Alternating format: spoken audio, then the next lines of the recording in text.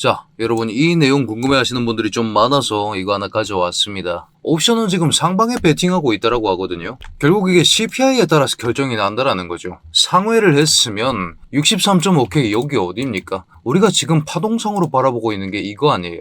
이게 A고 이게 B고 그 다음 이게 C인 이런 입장을 보았을 때 C파의 최소치는 채워줬다라는 거죠. 최소치가 얼마라고요? 최소치가 항상 이런 식으로 피보나치 확장을 기반으로 찍어보았을 때 0.618이 될 것이다. 그게 63.5K다. 여기로 C파가 최소한만으로 채워주고 나서 그 다음 5파 임펄스가 출발했을 가능성이 있습니다. 근데 CPI가 하회를 해버리면 형태적으로 봤을 때 지금 4시간 봉상에서는 아직 덜 빠졌다라고 보는 게 우위이기 때문에 5파 임펄스 출발 이 이전에 반드시 623을 확인해주는 절차가 필요하다 이렇게 말씀드리고 있는 것이죠. 사실은 여러분 왜 그런 우스갯소리가 있지 않습니까? 선물 옵션계 정보가 굉장히 빠르다고 합니다. 이렇게 볼 수 있는 이유가 뭐냐면 특히나 오일 선물 옵션 치시는 양반들이 어디 사냐면 이 양반들 이란에 굉장히 많이 삽니다. 이란 혹은 그 주위에 모여서 살아요. 왜냐면 땅이 울리면 롱 치면 됩니다. 그렇지 않을까요? 전쟁이 나면 어떻게 되죠? 전쟁이 나면 유가가 올라가죠.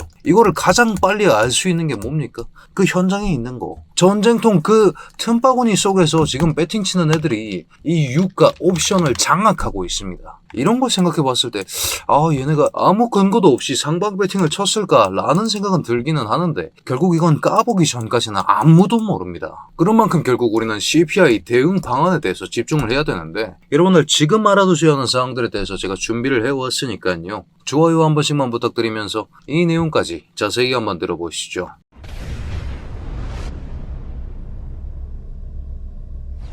반갑습니다. 현명하게 매매하자. 코인인사이트의 현우 트레이더 인사드립니다. 자, 여러분 사실은 CPI 결과를 생각해보면 여기서부터는 그냥 뇌피셜입니다. 그냥 여러분들 심심풀이 땅콩으로 듣는다라고 생각하십시오. 지금 요즘 제일 문제가 뭐죠? 일본 금리거든요. 아니 현우야 갑자기 비트코인 얘기하다가 일본 금리 얘기하는 이유가 뭐냐? 미국이 적극적으로 개입하기 때문입니다. 미국은 근데 왜 엔화에 개입을 할까요? 여러분 제가 미 국채 얘기하는 거 많이 들어보셨을 겁니다. 미 국채 제일 많이 쥐고 있는 집단이 어디냐면 일본입니다. 일본. 도와주는 이유가 있다라는 거죠. 국제사회는 절대 리턴 없이 움직이지 않습니다. 일본 금리 컨트롤 안 도와주면 미국까지 같이 나자빠질 판국이니까 지금 미국 경제가 오래된 명분 없는 전쟁으로 인해서 엉망진창 와장창이 되어 있으니까 이거 감당이 안 되니까 일단 일본 숨 붙여줘야 나도 살 수 있다. 이런 형국이 지금 지속되고 있는 겁니다. 자, 근데 그런 상황에서 금리 인상을 해버리면 어떤 일이 일어나죠? 달러 금리 인상을 해버리면 어떤 일이 일어납니까? 결국 미국이 일본한테 해주고 있는 것은 그냥 달러를 빌려주는 겁니다. 근데 빌려는 줬는데 야 이거 이자 올랐어. 금리 올랐어. 이러면 또 어떤 문제가 생겨요? 또 일본에 문제가 생기지 않겠습니까? 그럼 이 악순환이 반복되지 않을까요? 그렇기 때문에 미국 정부의 입장에서는 지금 CPI 높게 나오면 끝장납니다. 답이 없어집니다. 지금 딱 반반이죠. 오늘 밤 CPI 나오기 때문에. 근데 미국 정부 입장에서 동결이 안 나와버리면 진짜 골치 아픈 상황이 될 수밖에 없다라는 점을 말씀드리고 싶은 거예요. 이런 상황에서 우리 지나간 CPI가 어떻게 나왔었습니까? 최근 발표 7월 14일 생각보다 되게 좋게 나와줬거든요. 컨센이 3.8%였는데 결과가 3.5%였습니다. 되게 좋게 나왔다 이렇게 보고 있었는데 연준 위원들이 이거 저격하기 시작했죠. 뭐라 그랬습니까? 야 이거 계산식이 어느 정도 수정되었다. 그리고 이거 퍼센트에 불과하다. 절대값으로 따지면 인플레이션의 위험도가 절대 낮아지지 않았다. 이런 얘기하면서 특히나 월러이사, 원래 비둘기파로 분류되고 있었던 월러이사까지 금리 인상을 지지하기 시작하면서 결국 인플레를 잡고 싶은 연준이냐 그게 아니면 지금 말라 죽게 생긴 미국 정부냐 이 문제라는 겁니다. 그런 상황에서 우리가 케빈 워시를 생각해 봅시다. 케빈 워시가 요새 매파적인 발언들을 되게 많이 하는데 여기에 대해서는 말이 많습니다. 확정된 정보가 아니고 현우 개인의 뇌피셜입니다. 결국 이 양반 트럼프가 꽂아준 인물이거든요. 이게 주온 글씨로 작용하기 때문에 일부러 매파적인 스탠스를 많이 보여줍니다만 결국 이거 CPI 계산식 바꾼 것도 케빈 워시 감독 하에서 일어났던 일이라는 거지. 그렇기 때문에 오늘 CPI가 충분히 좋게 나올 수 있는데 결국 이 다음 연설이 메인 하이라이트가 될 것이다. 이 연설로 하여금 이런 식의 찍턴 모빙이 가능할 것으로 보인다. 이 부분은 우리가 정말 코어베이지 않게 대응에 집중을 하셔야 되는 그런 순간이다. 이렇게 말씀을 드리고 싶은 것이죠. 자, 그런 상황 우리가 차트를 4시간 봉으로 한번 봤더니 이 프레임만 한번 볼까요? 요렇게 프레임 하나 잡아서 보면 분명히 전고점에 대한 유동성은 이런 식으로 수입이 요 포인트에서 발생을 했죠. 이걸 증명이라도 하듯이 이 캔들 크기가 제법 큰데 수입이라는 것 자체가 그냥 로스만 터뜨리고 청산 바바바박이기 때문에 거래량 자체가 크지 않다라는 특징이 있습니다. 특히나 숏 수입의 경우 그렇습니다. 왜냐면 저점 매집을 기다리고 있는 롱충이들은 많은데 숏은 그냥 터지면 아 터지는갑다 하고 새로 잡을 생각하지 바로 거기서 추격 안 붙는단 말이죠.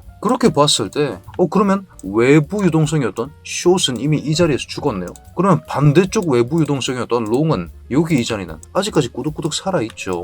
애초에 여기 내려왔을 때 이렇게 땄으면 가격 구조적인 관점에서는 퍼펙트한 움직임이었을 겁니다. 자 그러면 결국 이걸 올라가면서 외부 유동성을 수거하러 가는 이 동선상에서 만들어진 FVG들이 수거가 되어야 한다. 우리 이 얘기 언제 했었습니까? 결국 지금 얘네 둘이를 수거를 해준 다음에 그 다음 방향을 보겠다라는 거 아니에요. 지금도 보시는 것처럼 이렇게 중단선 뒤져주면서 반등 보여주고 있지 않습니까? 이런 형태를 우리가 언제 봤었죠? 뭐 시시때때로 많이 보긴 했었습니다만 가장 노골적으로 드러난 차트가 여기 이 자리죠. 자 한번 해봅시다. 기존 롱 외부 유동성 여기 이 자리, 여기서 수입 확실하게 쳐줬고, 그럼 기존 숏 외부 유동성은 어디겠어요? 여기 이 자리겠네요? 그러면 한번 해보자고. 내려가면서 외부 유동성을 먼저 수입을 줬죠. 그러면 내려가는 과정 중에 생성되었던 FVG가 뭡니까? 얘네가 우리가 FVG를 찾는 이유고, 얘네가 바로 제가 매번 강조드리는 그런 식의 내부 유동성 구간들인 겁니다. 그럼 이 내부 유동성 구간들은 어떻게 작용을 하느냐? 여러분 결국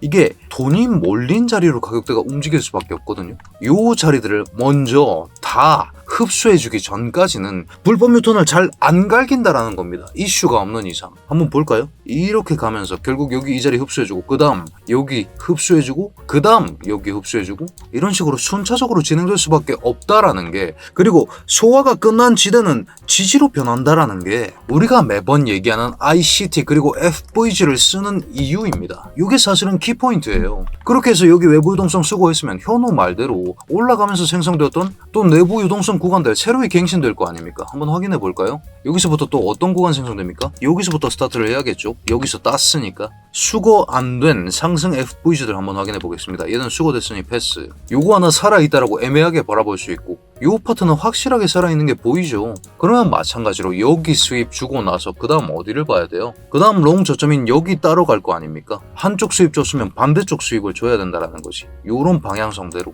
이게 무한히 순환하면서 위로 갔다가 아래로 갔다가 이게 ICT 이론의 사실은 키포인트거든요.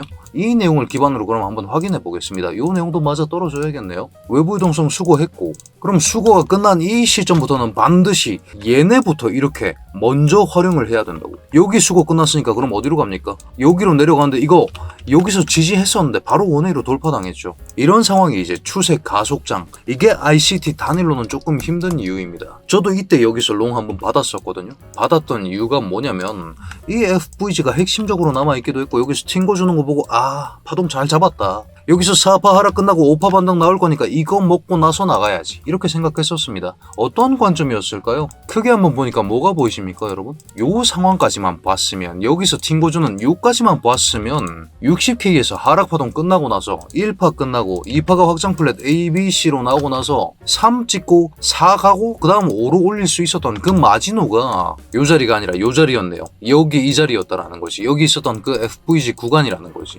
하지만 여기서 어떻게 됐습니까? A, B, C 치고 절단내고 이렇게 와르르 추세 가속화. 어떻게 가속이 났어요? 항상 첫 번째 파동을 기반으로 정보를 충분히 뽑아내야 된다. 그리고 그 첫 번째 파동이 세 번째 파동의 도착지를 대강 예상해 줄 수 있게 하는데, 가속이 나면 2.618까지 3파가 이렇게 내려버린다. 이런 생각으로 저는 ICT 그리고 파동을 동시에 활용하면서 여러분들께 매매 전략과 근거를 공유해드리고 있는 겁니다. 여러분들께서도 이런 식으로 지금 파동은 어떤 상황인지, 또 일반적인 클래식 선들은 어떤 상황인지, 유동성의 관점에서는 또 어떤 근거가 있는 건지 세 가지 근거를 종합하면 결국 이게 확률 싸움이거든요. 확률을 올릴 수 있는 수단을 하나라도 더 갖다 써야 된다는 얘기입니다. 이런 내용들 저는 텔레그램 통해서 공유드리고 있는데, 여러분들께서도 이런 내용들 확인해 보실 수 있게 오픈해둔 제 텔레그램 그 입장 링크를 고정 댓글에 걸어뒀으니까요. 다만 여러분 입장 전에 아직까지 구독, 좋아요 눌러주지 않으셨다면 지금 한 번씩만 눌러주신 후에 입장해 주시길 부탁드리겠습니다.